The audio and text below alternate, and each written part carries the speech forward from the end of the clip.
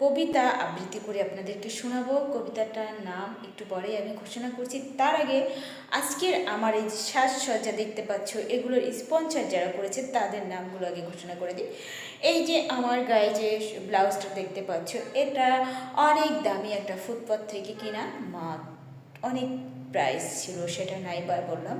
আর আমার অঙ্গে দেখতে পাচ্ছ এই যে সুন্দর কালারফুল একটা শাড়ি, এটা গিফট করেছে আমার বান্ধবী সোমার তরফ থেকে।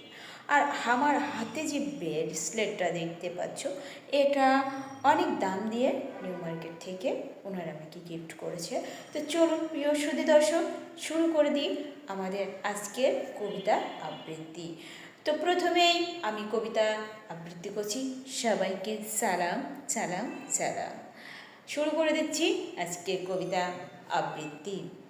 কচু বনে হেগে গেল কালো কুকুরে, এরপর থেকে কচু বনে যায় না এখন আর আমি শাক তুলিতে। কচু বনে হেগে গেল কালো কুকুরে।